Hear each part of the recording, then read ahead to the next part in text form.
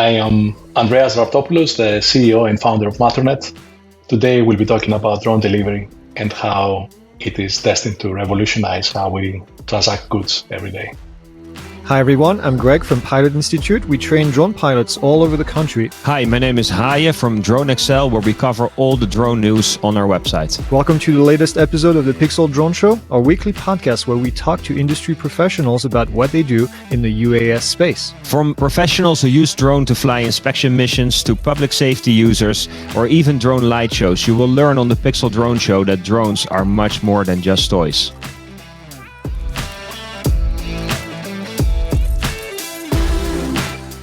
All right. Hey, Greg, how are you? How was your Thanksgiving this year? Yeah, it was good. It's busy. You know, everybody looks at Thanksgiving. I look at it as Black Friday the next day, and we have a ton of just customers on the website everywhere. And I want my employees to have a day off, so I usually am the one behind the scene answering questions. So I spend a lot of the morning just answering questions and customers. And it's been extremely busy on the website for pretty much a week and a half now, and we have 2 more days of sales, and I can't wait for it to be done because I'm exhausted. I can imagine. It's just been nonstop. We talked about doing this show today, and I 2 minutes before the show, I'm like, oh crap, I need to finish this and get going because we got to get it done. So it'll be better next week, I think. So instead of a nice and quiet Thanksgiving, it's been busy for you.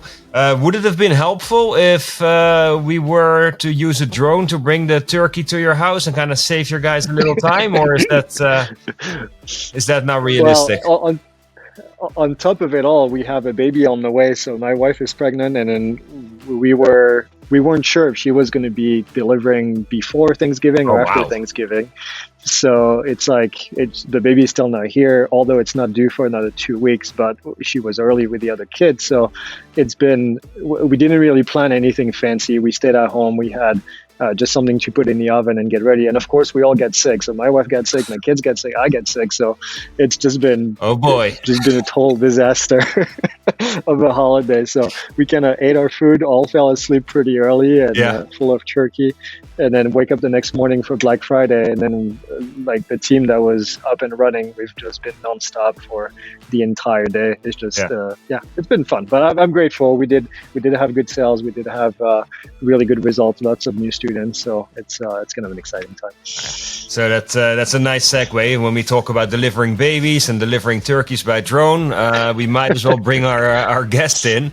We're going to be talking to Andreas Raptopolous. Hope I pronounced that correctly. He's the founder and CEO of Matternet, and that's a drone delivery company. They've been very busy and active in Zurich, in Switzerland, as well as with running tests here in the United States, delivering medical supplies and blood samples between labs and hospitals. So let's bring him on and let's find out what the latest is with regards to Matternet and drone delivery. Welcome, Andreas. Can you tell us a little bit about how you got started with drones yourself?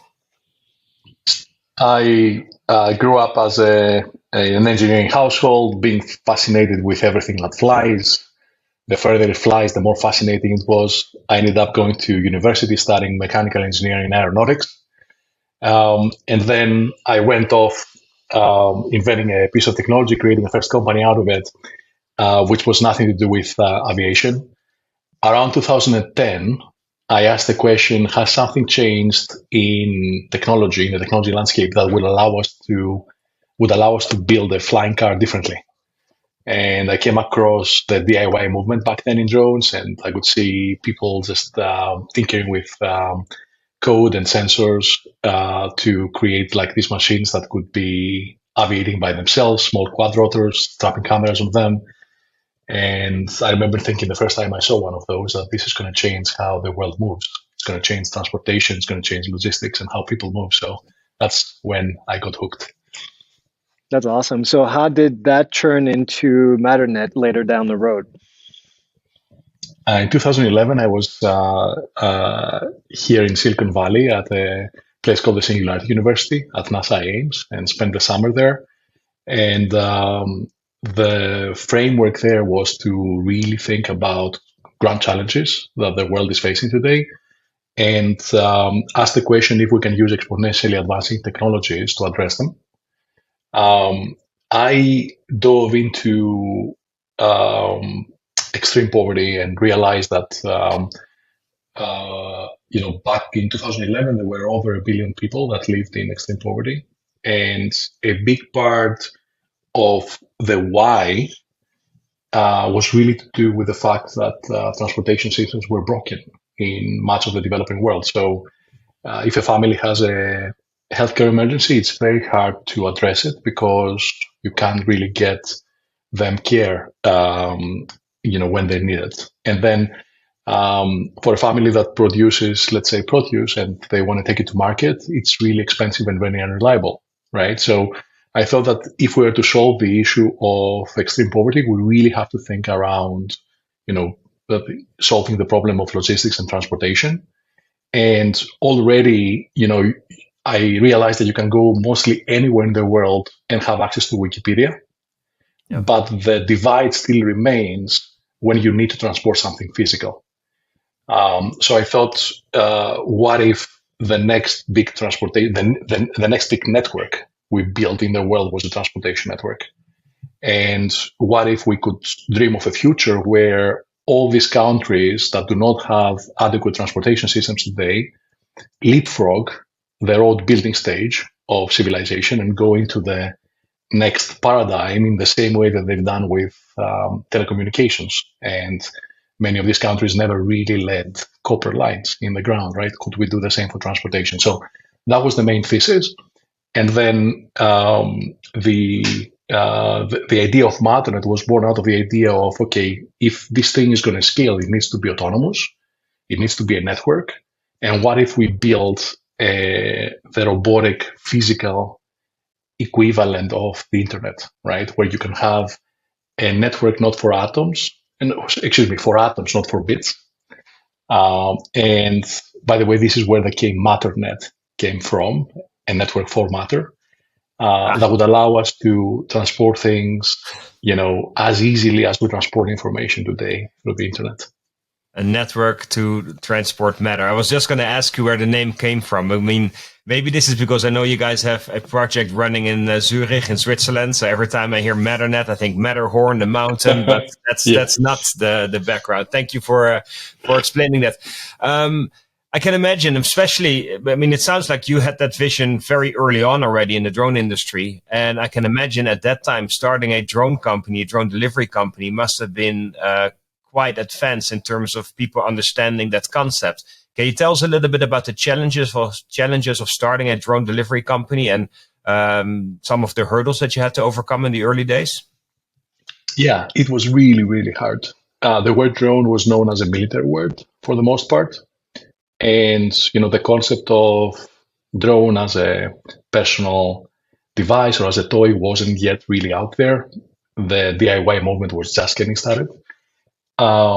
So, initially, I think within the team that created Matternet, we had enough of a reality distortion field to feel that, the world is going to really see the value of this idea. But, when we went out and started thinking, okay, how do we build a company out of this? It became evident that it was going to be really, really hard to build the fundamental hypothesis that would, create the foundation for a business or a fundable enterprise.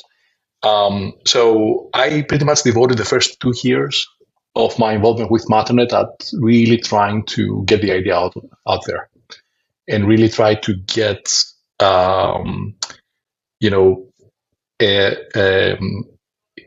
people, I think, to realize the possibilities around, leveraging this technology for a non-military purpose, right? For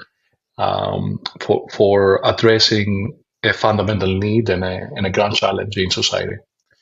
And, this was really great because I realized that, there is a part of society that's really devoting itself to really be thinking and embracing these out there ideas. So I think, the concept of Matternet, as we related initially, became very resonant with, some part of the press, and,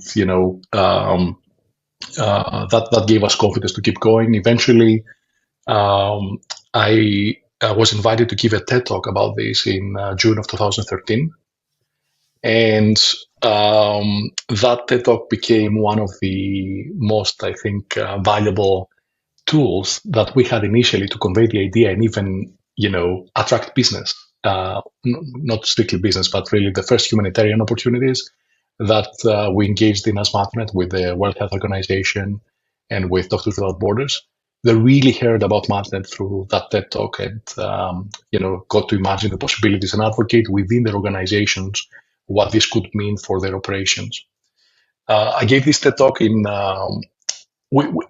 parallel to doing this like very public advocacy.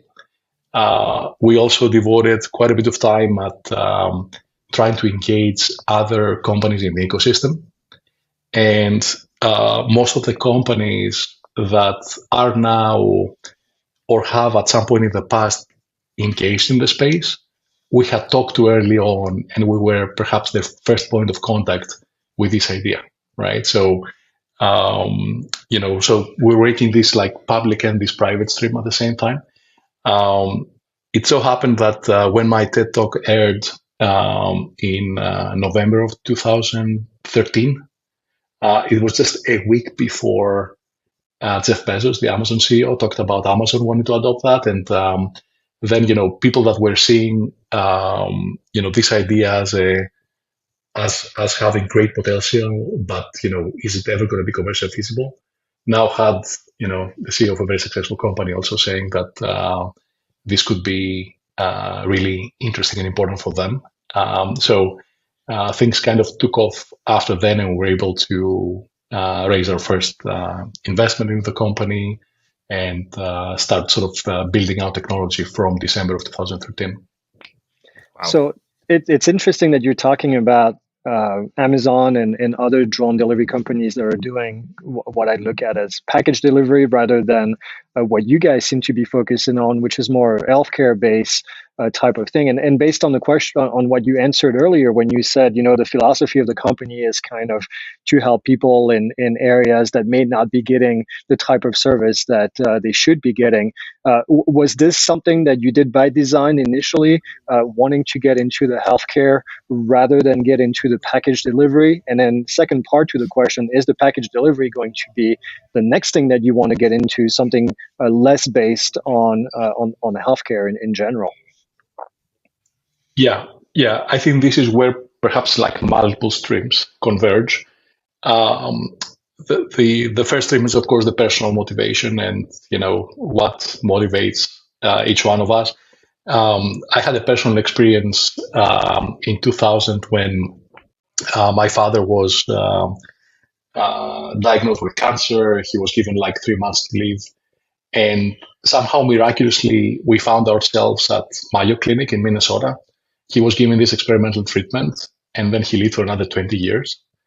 So, this was like my first real touch point with, wow, like technology really makes a difference. It can save a life. It really changes, in this case, not only my father's life, but our whole family's. So I think, that personal motivation of applying technology in a field where you can actually save a life has been like a major driver. The second key component was, if this is to be successful, eventually it's going to be everywhere, right? It should be like a utility, like running water, right? And of course, from telecommunications, we can see that happening. So we really built the theory of Matternet as, what are the technology components we can build to enable these networks to happen by others, not by us running them. So Matternet's vision was never to be a logistics entity. It was to be a technology company. My favorite technology company is probably Apple. And, when we really modeled Matternet on that sort of model, okay, we're inventing the personal computer equivalent, right? And really the goal is to bake all the technology, all the safety and operational know-how into the technology and make it extremely simple to operate. So, our dream at Matternet is that, at some point, I hope sometime this decade, someone will be able to go on our website, and let's say that someone is a a small, family business in Malawi, and they will be able to go on a website. They will be able to order, 2 stations and a drone, right? And we ship them to them. They will unbox them, turn them on. They will connect to the internet through cellular networks, right? Or maybe even satellite. And as the entities, as the stations will register themselves, a route will be created automatically, and then they will be able to fly this route back and forth, without them needing to know anything about aviation, anything about regulations, right? So we really, really want to automate that. And we've seen it happening with computing. Like, it's a miracle today that I can go get a computer or I can go get a cell phone, and immediately I'm connected to the internet, like within minutes, I'm part of the internet. The question is, like, can we do the same for access to matter through the technology that we're developing? So that's really what the company is going after, like building the technology that will allow this to be so simple so that everyone can operate it in every part of the world, and we have safety and operational know-how baked into the product. So not too long ago, we spoke with people from Wingcopter, and they argued that when it comes to drone delivery, a couple of things are important. One, there needs to be a sense of urgency that the delivery of that product needs to be done quickly. It needed to be high value. So this is, for instance, where medical products and supplies would come in. But he also argued that it makes a lot more sense to have drone delivery set up, let's say, between a lab and a hospital, for instance, or a distribution center and a hospital, rather than, for instance, what we see with Walmart, when people can order, let's say, toothpaste, and it's being flown by drone from a Walmart center to a random consumer somewhere in the area. So I was wondering, what are your thoughts on that? Do you see that that in the same way, where it makes more sense to have predefined locations and you set up routes between those, instead of having, let's say, a Walmart and then just fly drones to any random consumer in the area? Yeah. So I think there's an evolution of the industry. There's the state of the industry today, and maybe the state of the industry tomorrow, and then the day after. Matternet has been operating real delivery operations over cities beyond visual line of sight since 2017. So in March of 2017, we became the first company in the world to start serving hospitals in Switzerland. We started in Lugano, and then also opened an operation in Zurich. And in 2019, we came into the US with UPS. So we were probably the pioneer of how do you apply these advanced operational networks. There is a specific network called Specific Operations Risk Assessment Network in Europe, for instance, that EASA is using, including FOCA in Switzerland and now the European authorities. And there's a similar sort of thought process here in the US, where you really want to understand what is the risk around operating a specific route, and you build that route to give you the safety buffers that you need in order for your safety concept to work. So, when you think about these types of limitations, from a technology feasibility perspective, point to point allows you to understand the risk much better, right? But then, of course, you can expand this. Instead of having one point being a lab and another being a hospital, you can have one point being in a Walmart and then 1,000 points being pre-selected consumers, right? So there's a way, to take this and evolve it into something that works for B2C. Now, there's a big difference between B2B and B2C in one key respect, which is unit economics. When you're applying this type of technology in a mission-critical application like in healthcare, you're transporting, let's say, a blood sample that needs to be transported urgently.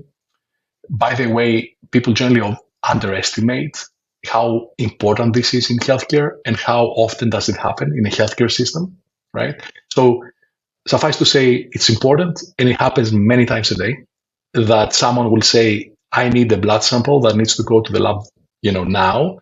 So there's going to be a road courier that's going to weave itself through traffic and park somewhere illegally, perhaps, and, go and pick up that sample and then take it to the lab, right? And then the lab, when they get it, they have to launch this process to be able to analyze it very quickly. So all that is to say, and then, of course, you have a whole series of decisions that will be taken once that lab analysis is known, right? So, that is like defining a mission critical type of application within that setting. And generally speaking, the economics around that logistics job are 10x of what we would see, delivering someone's food through DoorDash, right? So there's a unit economic reason why, this makes sense today, because as the technology evolves over time, it will become cheaper and cheaper. And as the technology becomes cheaper, as the unit economics become lower, we will unlock more and more types of logistics opportunities and total addressable market and so forth, right? So healthcare is really a great space to be applying this technology to for two reasons. The one is the unit economics and the other is impact, right? By doing, let's say, a single number of thousands of deliveries per year, you can really affect healthcare outcomes for many people, right? So, in the early stages of the industry, it was obvious, at least to us, that had to be the way. The higher the level of need, the better it was, right? But then what's also obvious that is over time, we're really good as a civilization at scaling technology and make it really, really cheap. So, this is a system that is inherently fast, right? It doesn't get stuck in traffic. It doesn't have to stop at stop signs, right? It's super fast. Our aircraft fly at an average speed of 60 kilometers per hour, right?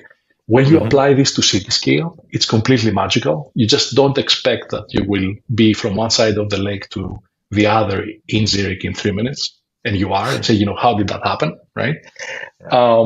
The other key thing is that it's autonomous, and with high degrees of automation, you end up having costs that, will go closer and closer to zero over time as the technology becomes more mature, and we really learn, as an ecosystem, how to really scale it. So if you apply speed and low cost, there's a myriad of applications that open up.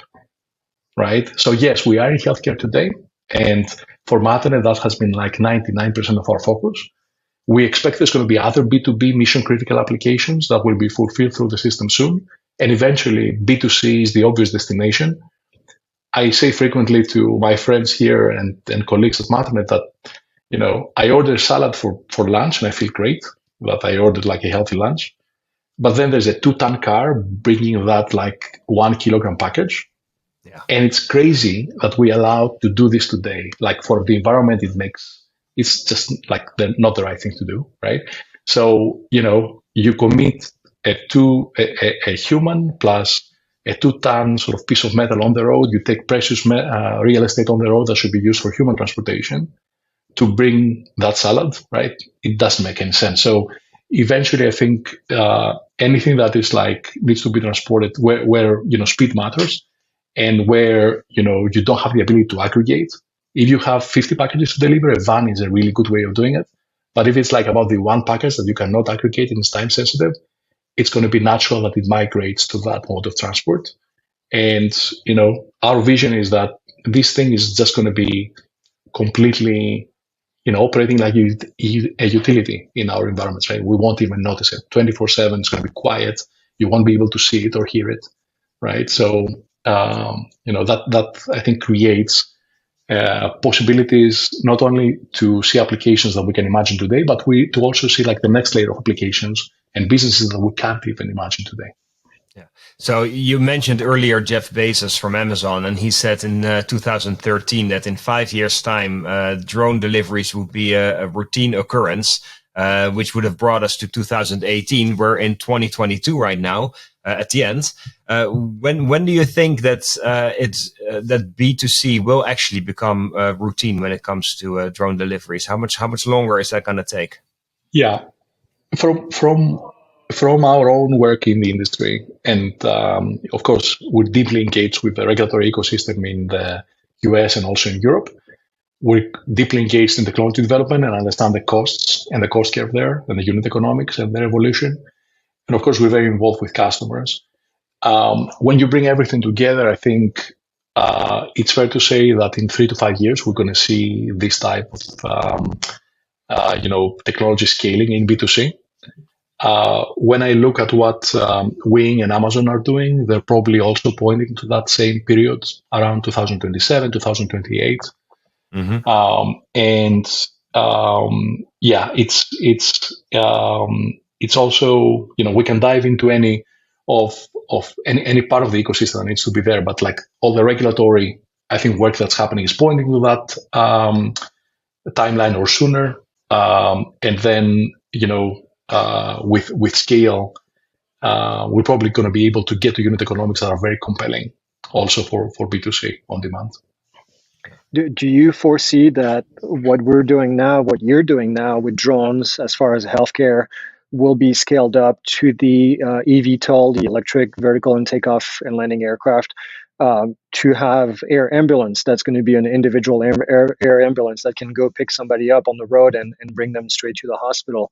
To me, that is the future right there. When we talk about drone delivery, I love the idea of helping people get to the hospital quicker and do the deliveries that you're doing now with the samples, the blood samples and all that. So do you foresee the eVTOL being just a natural expansion of what you guys are doing now? I think the things that we're doing and the way in which we run our operations and the way in which aviation authorities, regulatory authorities around the world are able to really wrap their heads around risk at our scale is really informing how they think about the human transportation problem. Of course, the physics change quite substantially, right? So our aircraft has an all-up weight of 13 kilograms, and we transport a payload of up to 2 kilograms. The energy associated with that aircraft in motion or in free fall is much, much lower than the energy of a large helicopter transporting a human, right? So the way that you think about risk changes. Noise is extremely important when we think about these types of systems.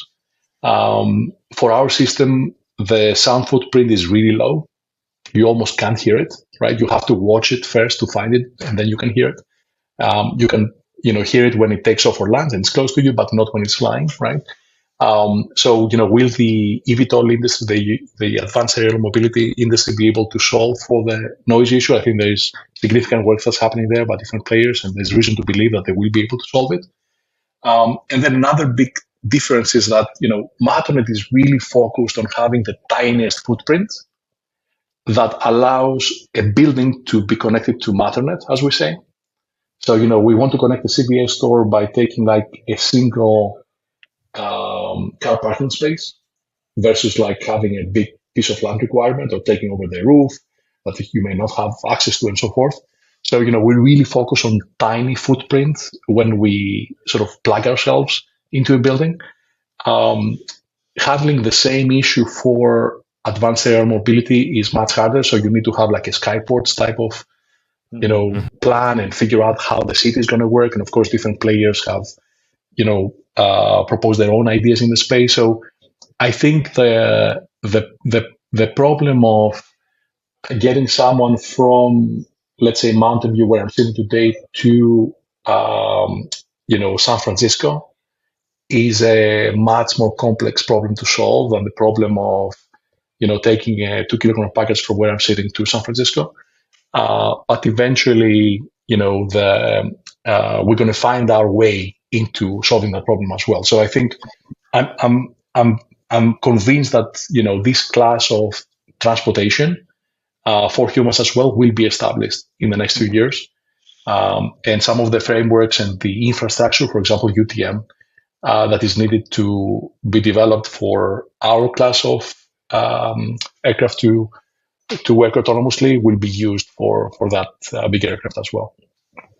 So for the people that are listening to this show and that might not be so familiar with Matternet, can you explain where you guys have been active? I mean, I know there's a project running in Zurich. I think you've had some tests here in the United States as well. Can you just give us a bit of an update there? Yeah, absolutely. So we serve 2 hospitals today in Switzerland, one in Lugano and one in Zurich. From 2023 onwards, we're putting all of our focus in Zurich, and we are looking to create there a citywide medical network. I can't talk too much about the details yet, but imagine a network that will allow some of the main hospitals in Zurich to be receiving blood and certain types of medicine very quickly from, the blood bank and also the cantonal sort of pharmacies. And at the same time, be able to take very quickly blood samples for analysis to the main labs. So that's really the vision in Zurich, and we are working on building this partner infrastructure to be able to launch a citywide effort there. For us, Switzerland is still, the most advanced country where we can operate in because of this. We have BB laws there. We really understand how long it takes to operate a new route. We've gone through the process with FOCA, the aviation authority there, which we consider a very, very trustworthy partner. Many times, and we understand the process there very well. In the US, we've been operating with UPS since 2019. So in 2019, we had initially an exclusive deal with UPS to come into the market together. We launched the first revenue generating operation with UPS in 2019 in March at a place called WakeMed in North Carolina, in Raleigh. And today we're operating for a hospital system called Wake Forest Baptist Medical, and it's Winston-Salem. And we also operate at a place called The Villages. We deliver their prescription drugs from a CVS store to that community. So we have two operations currently happening in the US with UPS, and two operations happening in Switzerland. We have other things happening around the world. We're very interested in the GCC region. We've done work with the Department of Health in Abu Dhabi, and there is some work that's currently ongoing there.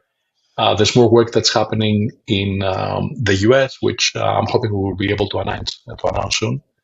And of course, as the regulatory environment matures here in the US, this is the biggest market, right, for any drone company such as ourselves.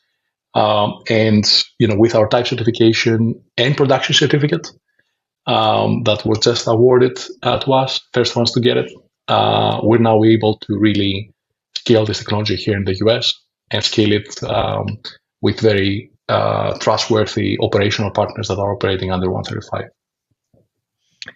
So from the perspective of flying a drone in itself, from the operation perspective, obviously you've got the FAA to worry about in the US, and you've got other CAAs to worry about in the rest of the world.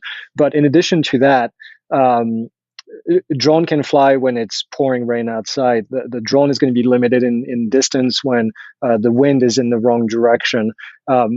How do you work through these issues when you have a package that needs to be delivered today? That blood sample needs to be within the hour, it needs to be out there. What are the contingencies? And then question number two, do you foresee a time where the drones actually will be able to do this regardless of the weather outside? Yeah, that's a really good question.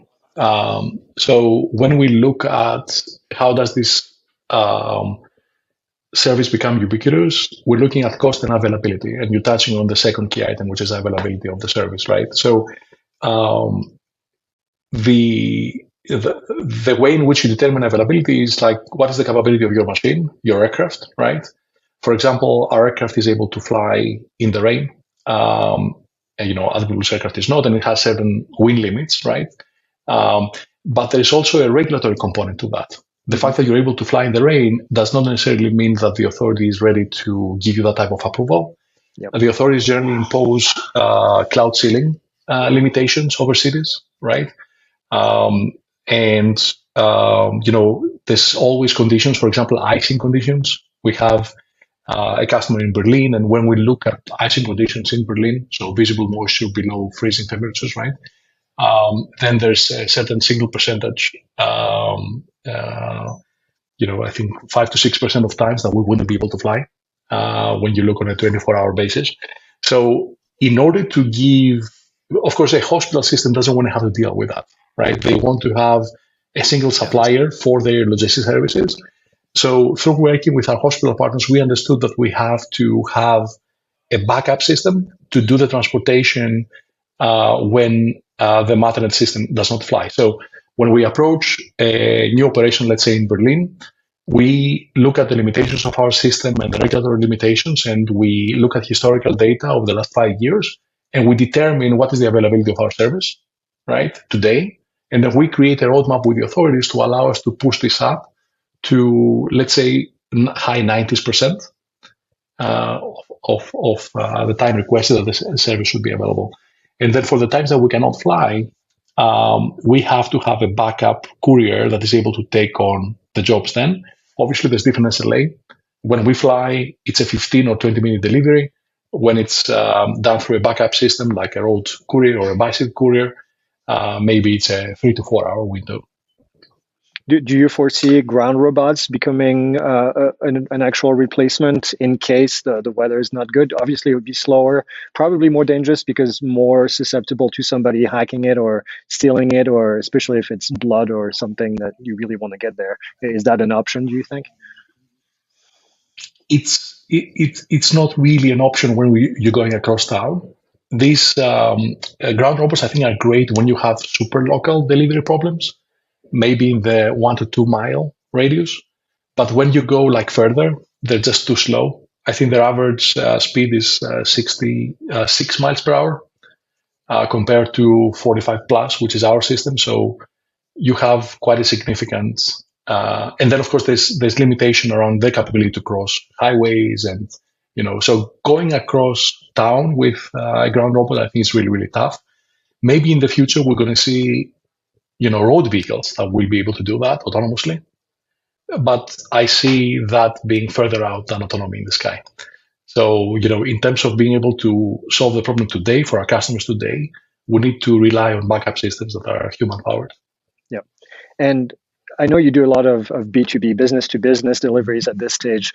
Once you start getting into the business to customer, and the drone is more exposed in the sense of somebody being able to shoot down the drone, which might be a US issue only. I'm sure in other countries where you operate, this may not be as much of an issue, but we've seen a lot of drones being shot in the US right now with people at the control.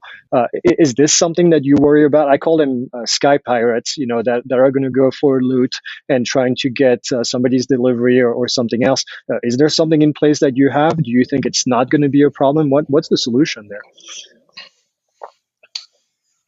Yeah, I think the key thing to remember is that it's a federal offense to shoot at an aircraft, and I do believe that the rule of law will prevail in a country like the US.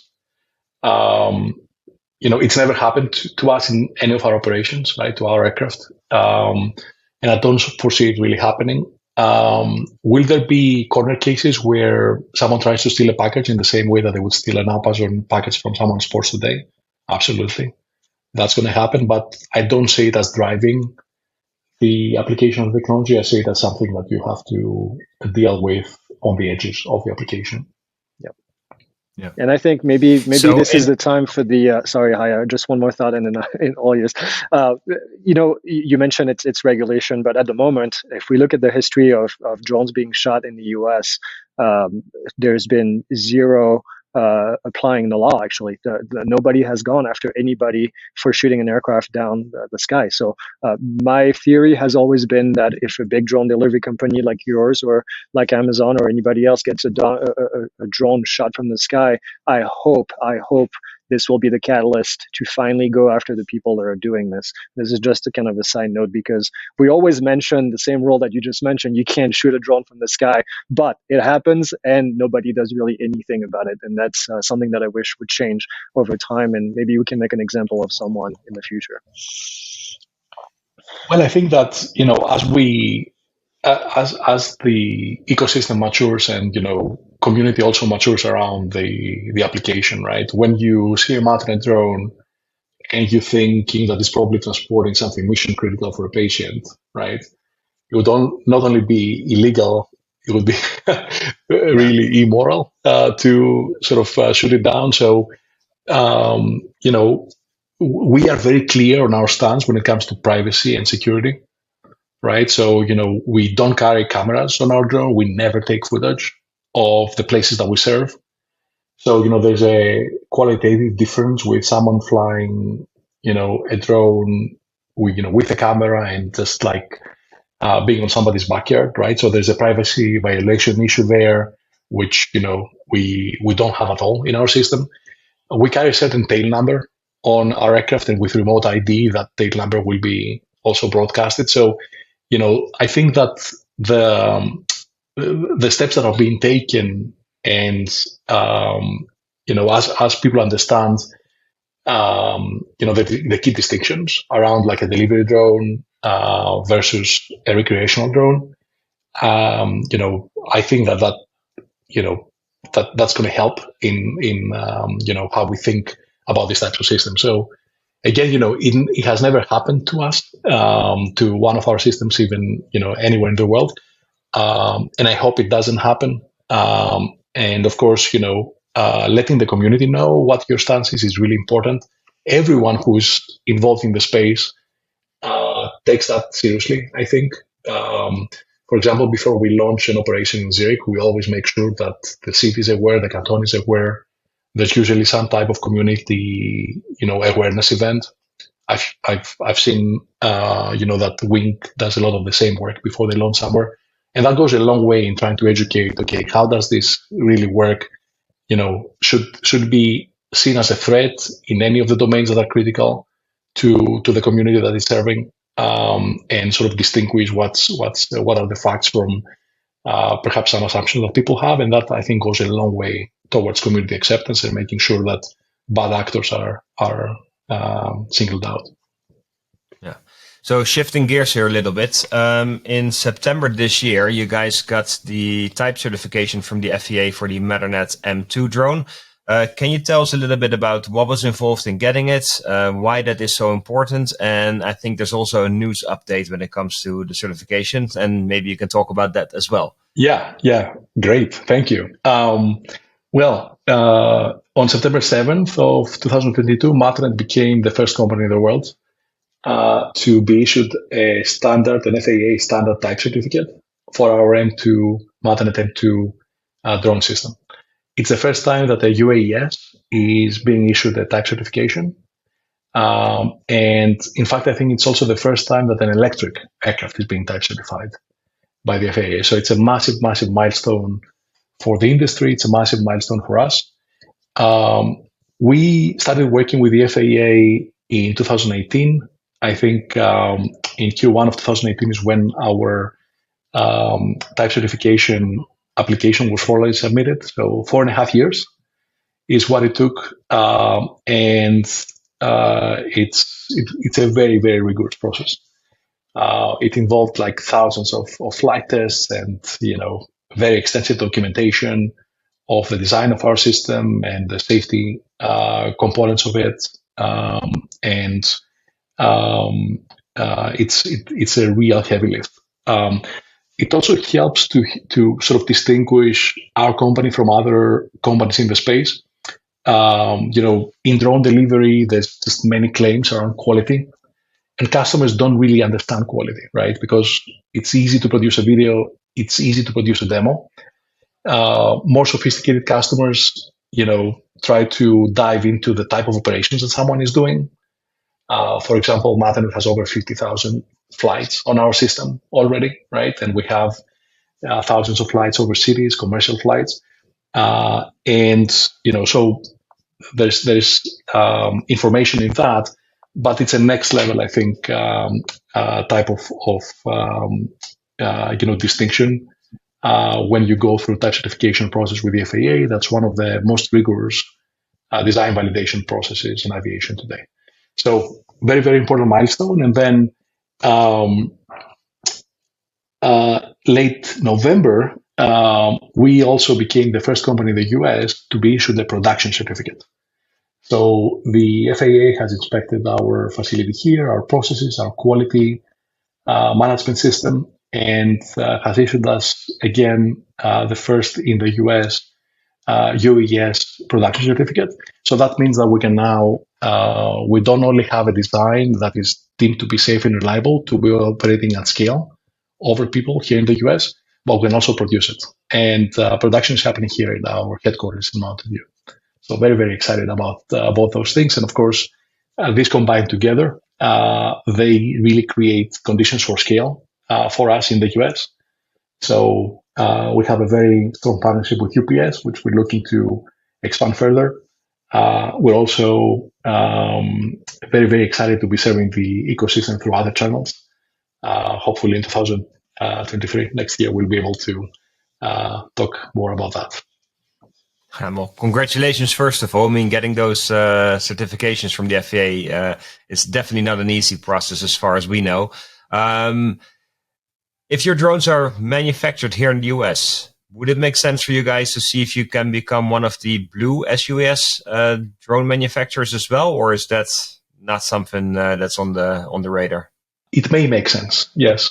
So first of all, in order to perform drone delivery operations beyond visual line of sight for compensation or higher, you need to have a type certified system or a system that has an exemption from type certification. Those exemptions called 44807 will lapse sometime 2023. So you really need to have a type certified system. And that system also needs to be manufactured here in the US, assembled here in the US under a production certificate. So the certification that we got, the type certification and production certificate, are probably at the highest level of what the FAA has mandated. And that would make a path for us to get on the blue list pretty straightforward, I think. When we look at opportunities like this, we always look at, what is the problem that we will be solving, right? Can we have positive impact in the space? And, does our aircraft and UAS fit the mission parameters that would really have positive impact? And, if we convince ourselves that, the answer to those questions is a yes, then, working through the process to sort of go on that through that sort of approval process would be reasonably straightforward because we already have the foundation through the type cert and the production certificate. Okay. I want to go back and talk about the type certificate and the production certificate you just got. Just to clarify a little bit for our viewers, the type certificate is something that you get from the FAA when they've reviewed your design, the design of the aircraft, and making sure that everything meets the requirement under Part 21, I'm guessing in your case. And then the production certificate allow you to start producing this aircraft en masse so that it can be sold to other people. Now, obviously, this comes with a lot of limitations. You're not going to be able to make any changes to the design without having a supplemental type certificate, I'm guessing in your case. This also means that when you fix the aircraft, when you sell it to a customer and they fix the aircraft or maintain the aircraft, they have to use parts that are specifically designed for that aircraft. This is the same process that we see for any other aircraft that are flying up there with a pilot sitting inside the airplane. Why is this so important to have for your company? What does that help with? I know the answer, but I want you to say it, and I want you to kind of explain to our viewers that may not be familiar, the person that's flying a DJI drone, why can't they fly over someone, with their drone, and why can you do all these things that you're doing that the average person can't do with their drones? Yeah. That's a really good question. So, and yes, the framework that you're describing is the framework that we operate in. So to address perhaps one first point, we see the type certificate that was issued as on the Matternet M2 as like a foundational, a platform on which our product roadmap will now develop on, right? So we already have a second block, we call it second variant of the aircraft that is going through a supplemental type cert. And that cycle will never stop, right? Because we always have new developments that are, technology moves way faster than the regulatory process. So there's a whole pipeline of aircraft that's going to go through the regulatory process, through the supplemental type cert process. And of course, when we put an aircraft in the hands of UPS, that has to be maintained by a 145 maintenance provider, and we have partners for that as well. And everything is really, really strictly monitored. So why does it have to be like that? It really comes down to safety, right? So when you operate drone delivery services, you fly in the lower part of the airspace, typically up to 400 feet. You fly over people, you are crossing highways, and you fly in airspace that other users of the airspace are also using. So you need to really be able to have a strong safety case around how are you going to mitigate for ground risk, so not cause any damage on the ground, and how are you going to mitigate for air risk, how are you not going to collide with another aircraft that's using the same airspace. The design verification step, the type certification, and the production certification allow you to really sort of be able to verify that the equipment that you put in the sky and over people is airworthy equipment that can be trusted to perform in a certain way, so that you can mitigate that risk. That's the perfect bridge into my my next question. I was going to ask you, how do you guys avoid other air traffic, and also what happens if a drone were to fall out of the sky? Yeah. On the air traffic question, we're big believers on ADS-B as a detect layer. In Switzerland, we use a system called FLARM, and there we see incoming traffic. We don't emit, because when we emit, we're confusing a helicopter pilot. They look where the signal is coming from, and they can't see anything. Our drone is really small. But when we see other traffic that is emitting in the space, we have the responsibility to then see and avoid that traffic. And when we run operations in Switzerland, we have a remote operating center in Zurich that is monitoring the airspace around the operations. And FLARM, which is the ADS-B equivalent, is one of the layers of our safety case. It's not the only layer, but it's one of the important layers. We believe that the same will happen in the US. In fact, the BVLOS ARC committee that has worked under the with the FAA under the instruction of the FAA to come up with recommendations, has come up with a recommendation that we really support as Matternet, of using ADS-B as a detect layer in the mode CVL. And by the way, most of our operations, because Matternet is focused in urban and suburban operations, right? Most of our operations, the vast majority, is in the mode CVL. So we're not the only ones in the ecosystem believing that has to be the way, but we are one. We have a strong point of view that ADS-B has to be used for that. It has its infrastructure that has been already been built in the US. It could be used for drone delivery quite effectively for beyond visual line of sight operations in the mode CVL and then beyond eventually. So that's the question to the. And by the way, when the aircraft receives, we have logic on the aircraft that is able to automatically deconflict against another aircraft in the same airspace when we get that position from the aircraft, right? So we already have the implementation in the type certified system that gives us the ability to avoid automatically. And that avoidance maneuver, it's quite amazing to see it. It's much faster than a pilot would be able to interact with the system and resolve that situation, right? We run in our simulations like, collision scenarios, and, we've done the A to B testing of a human sort of pilot in our remote operating center versus the systems automatically doing it. And, these systems are really built for automation and autonomy. So this is where they really shine. They're much, much faster, and they can handle a much heavier traffic, circumstances. On the second question, what happens if we have a failure? In the way that we've built our system, we have a parachute on board, and that parachute will eject automatically if any failure happens on the system. So if we lose a motor or a prop, or we lose the battery, or someone, let's say, wants to spoof GPS and takes us off course, within 3 seconds, we will automatically eject the parachute. We were the first company, I think, worldwide to have an AASTM certified parachute on our UAS, and it became a very important part of our operations in Switzerland and our safety case there, and also a very important part of our type certified system here. So I hear you talk about ADS-B, which, by the way, for those that are listening, we have a lot of people listening that are Part 107 certified and are probably going to be asking, I thought ADS-B couldn't be used on drones. On Part certified aircraft, it can be used. The FAA actually wants you to, I think it's actually a requirement to have ADS-B on board. I haven't you heard talk about remote ID and the role of it. How do you avoid you talked about avoiding a manned aircraft that has a DSB. That seems to be a no-brainer and fairly easy in a sense. From a logic perspective, how do you avoid a smaller drone that's flying around? Do you use remote ID that's upcoming, or how does that work? So remote ID is already mandated.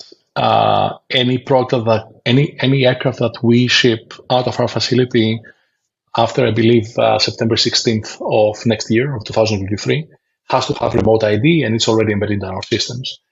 I think it's part of the solution, but not the only component of the solution. For the most part, when we think about see and avoid capabilities, we're thinking about manned aviation.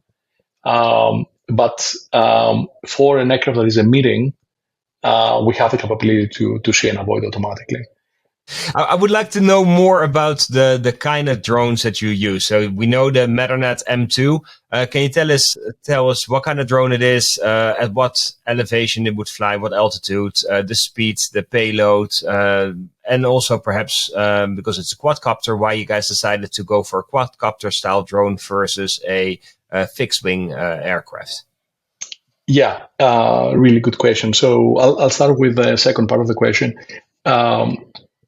We analyzed the market initially, and we said, okay, in order to find very strong commercial use cases in the developed part of the world, right? And again, the master plan that Matternet is on is that we want to create a lot of scale in this part of the world for us to be then able to bring the benefits in the developing world by having really eventually inexpensive, really reliable machines that can be used by everybody.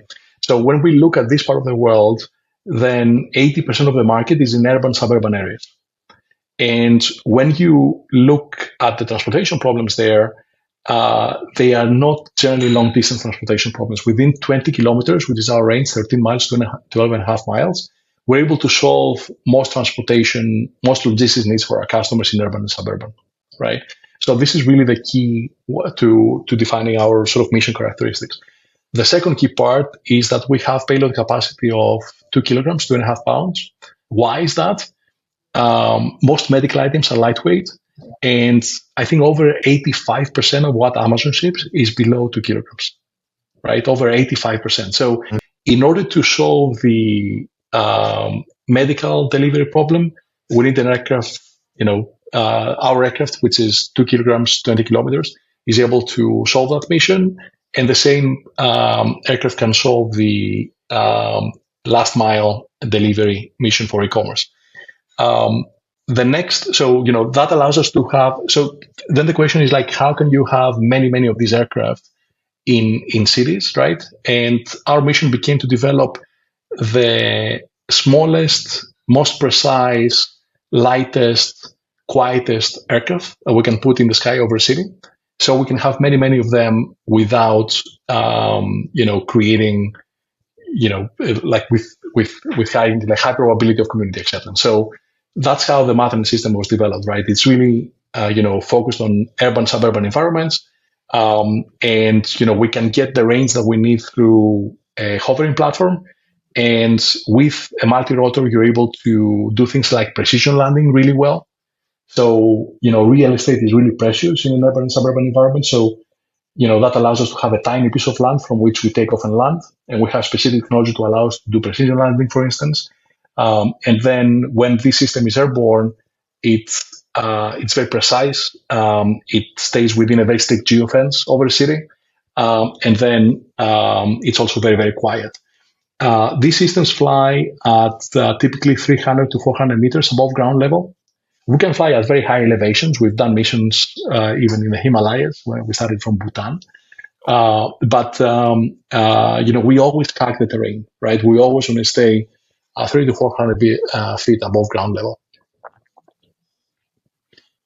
So that makes sense. Yeah, I want to be conscious of your time because I know we've been talking for a while about different topics, but I do have a question about the future. Where do you see?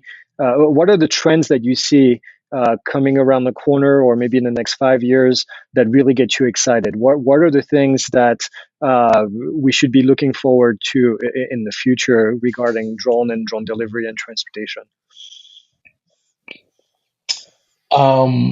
I think that, as we get more and more attuned into the need to be environmentally responsible and really think about the environment when we do these on-demand deliveries, then, I think it's going to be inevitable that, the industry realizes that we really have to leverage drone delivery as the transportation layer, right? For the reasons that we discussed before.